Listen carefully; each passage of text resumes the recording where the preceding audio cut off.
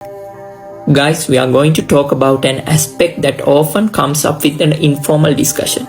I'll be using some Sinhala here as it will make it things easier and clearer for some specific audience of Sri Lankan farmers and also the people who involved in the agriculture sector.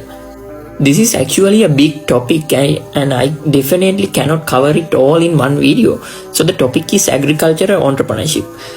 අපි සාමාන්‍ය ලංකාවේ context එකට ආපුවම කතා කරන්න ඕන දෙයක් තමයි මේ කෘෂි කර්මය සමග බැඳුන මේ ව්‍යවසායකත්වය කියන එක අපි කතා කරන්න ඕනම දෙයක් විශේෂයෙන් මේක ඇත්තරම ලංකාවේ කාලින දෙයක් අපි කතා කළ යුතුම කියලා මම විශ්වාස කරනවා.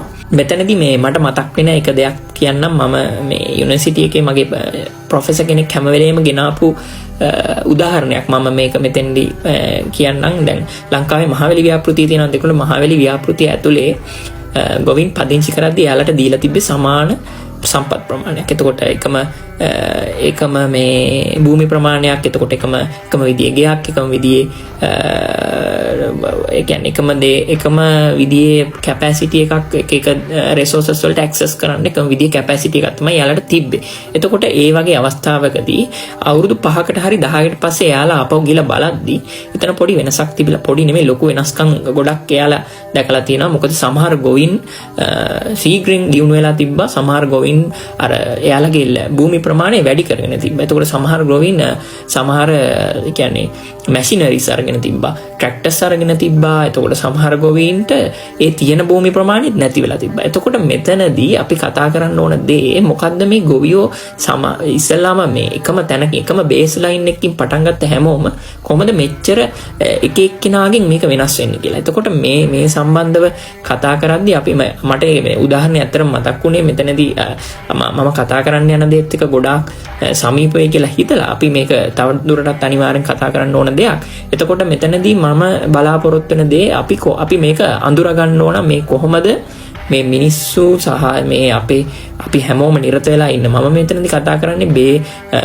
ග්‍රවුන්ඩ් ලෙවල් එකේ ඇග්‍රිකල්චර් කරන මිනිස්සු ගැන විතරක්ම නෙමෙයි. එතකොට මෙතන ග්‍රවුන්ඩ් ලෙවල් එක කියන එකේ උනත් අපි දකින්න පුළුවන් ඔන්ටර්ප්‍රෙනියර් කැරක්ටර්ස් තියෙන්න පුළුවන්. ඒ කියන්නේ ග්‍රවුන්ඩ් ලෙවල් එකේ කරන මිනිස්සු මෙතනදී ප්‍රයිමරි ප්‍රොඩක්ෂන් එක කරන මිනිස්සුෙකු වුණත් ව්‍යවසායකත්වයේ කියන ගුණාංග තියෙන්න පුළුවන්. එතකොට ඒ වගේම එතනින් පොඩ්ඩක් ඉස්සරහට ගියාම ෆුඩ් ප්‍රොසෙසර්ස්ලා කියන මිනිස්සු. එතකොට ඒ කියන්නේ ෆුඩ් කියන්නේ එතනින් එහාට මේ ඇග්‍රිකල්චර් කොමොඩිටි එකක් කියන්නේ නැවත සකසන කියන්නේ පාවිච්චි කරන්න පුළුවන් මට්ටමට සකසන මට්ටමේ මිනිස්සු කොට්ටාසයක් ඉන්නවා. එතකොට එයාලගේ උනත් මේක ඒ කියන්නේ මේ එක මට්ටම් වලින් තියෙන්නේ. එතකොට මෙන්න මේක අපි අඳුර ගන්න ඕන. අපි කොහොමද ලංකාවේ ඇග්‍රිකල්චර් සෙක්ටර් එක ඇත්තටම යම්කිසි දියුණුවක් දකිනවා නම් අපි මෙන්න මේ කියන මොනවද මේවට වෙච්ච හේතුපාදක මොනවද? එතකොට එහෙම නැත්තම් මොනවද මේ ලැකින් ඒරියාස්? ඒ කියන්නේ මොකද්ද මේකට සමහර තැන්වල අඩු වෙන්න හේතුව මොකද්ද කියන එක අපි ඇත්තටම ඉගෙන ගන්න ඕන දෙයක් කියලා මම විශ්වාස කරනවා.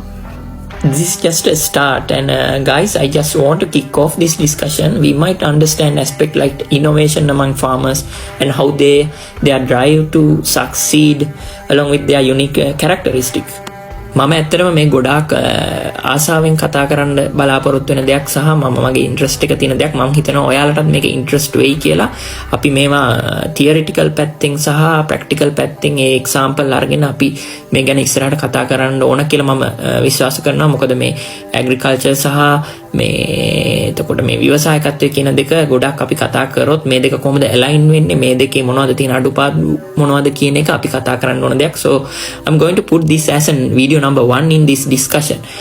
So I'm pretty sure we are going to talk about the entrepreneurial traits of farmer and the points we need to spark interest in to make a difference in the future.